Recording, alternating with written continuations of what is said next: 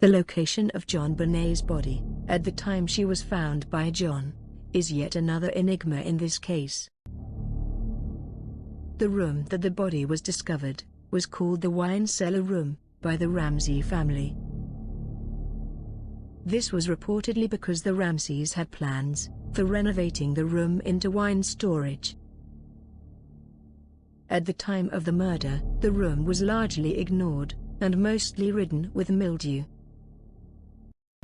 In this clip from an interview with famed FBI profiler, John Douglas reasons that John Ramsey is innocent, based on the circumstances surrounding the discovery of JonBenet's body.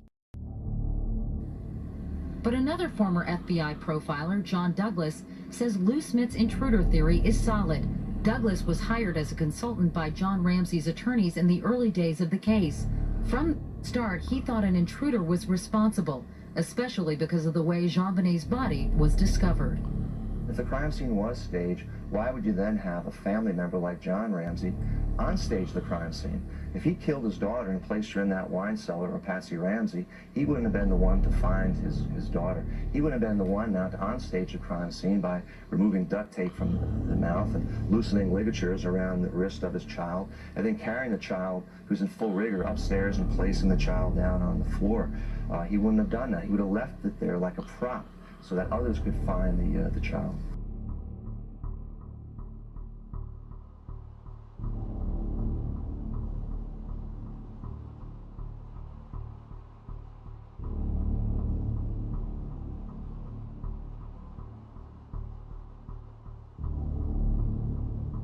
Ironically, if an accurate search timeline is taken into account, the reasoning used by Douglas actually, albeit unintentionally, incriminates John Ramsey.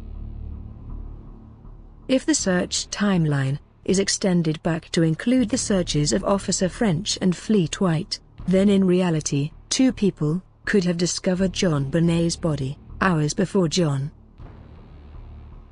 As we have pointed out several times in past content, the search timeline of the morning only makes sense if a guilty John avoided discovering the body until the ideal time. Again, the general consensus is that JonBenet was in the wine cellar room for the whole morning. If this was in fact true, then Officer French came close to discovering JonBenet just after 6 a.m. If we continue to assume that JonBenet's body was in the wine cellar room the entire morning, then Fleet White stood only feet from the body when he searched the basement, not long after Officer French. As we have shown in past content, this video clip, taken from the Ramsey basement, shows what should have been a similar view to the one White had on the morning in question.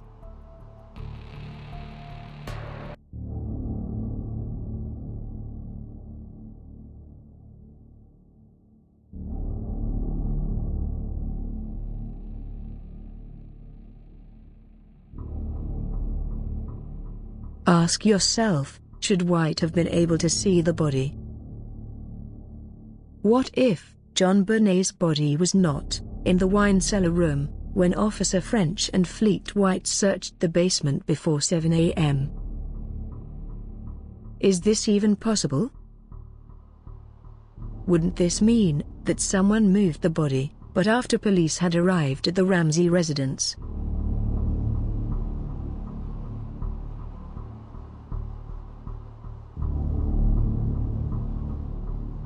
If Fleet White looked into a dark and empty wine cellar room, this would obviously explain his statement to police, and the reality that he did not see a body. But doesn't this raise the greater question? How many places could JonBenet's body have been moved during the night and morning in question? According to our theory, John may have panicked in the immediate time after the first murder attempt. Could John have put what he thought was JonBenet's dead body outside this window on this ledge? This would give John at least a little time to conceive of a plan, without the worry of anyone in the family finding the body. This would have also exposed her body to the outside, through the metal grate. It is important to note, leaves and packing peanuts consistent with these, found on the ledge under the grate, were also found in the wine cellar room with JonBenet's body. Did John, at some point, move the body from the ledge to the crawl space, or some other hiding place, in the large and cluttered basement? As mentioned before, at 10:30 a.m. on the morning in question, John was in the basement alone, for up to an hour. Could this have been when he moved the body from the crawl space to the wine cellar room? Again, this would explain Fleet White's peculiar testimony.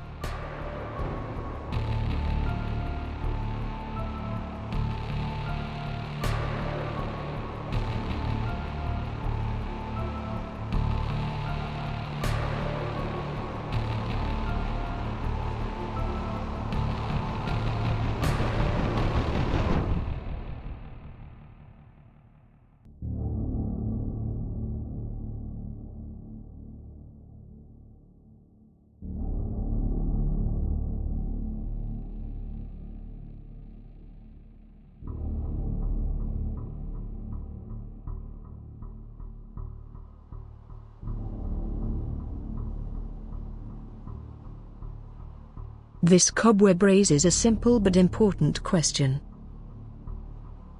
Would this cobweb have been disrupted if an intruder had just come through the window? An old friend of this channel, famed investigator, Lou Smith, filmed himself getting through the window. Smith wanted to demonstrate that a person could indeed fit through the window. But if we take a closer look at Smith's footage, it becomes clear that the cobweb would have most definitely been disturbed if a person squeezed through the center window. Consider that, along with the fact that police reported the metal grate outside the window to have been undisturbed on the morning in question. All the evidence indicates that no one came through the metal grate, and no one came through this window. If we accept this evidence, then we must conclude that both the window and suitcase were staged. But why would an intruder stage a fake entry and exit scene? The reality is that an intruder would not. Only a member of the family would have reason to stage the scene. Let that sink in. Now, to be intellectually honest, if we take the cobweb evidence to its logical conclusion, it would also suggest that John would not have been able to place JonBenet onto the ledge, as True Crime Oracle has theorized. Our most blunt response to this is simple. It is basically a very good point. Would the cobweb be disrupted by John leaning through the window and dragging JonBenet's body onto the ledge, and then back? The answer is probably yes, it would. 2 points on this matter. First, our theory of John placing JonBenet on the ledge is not vital to our core hypothesis. If John did not actually place her body on the ledge, this is a very minor aspect of our overall theory. We will accept that John could not have placed her body on the ledge while leaving the cobwebs still intact. We will accept that, but only if this reasoning is extended to also dismiss the possibility of an intruder. This leads us to our second point. Although the cobweb does not contradict True Crime Oracle's central theory, it directly contradicts the intruder theory. This is vital to understand. The cobweb creates very reasonable doubt that an intruder entered the Ramsey home through this window.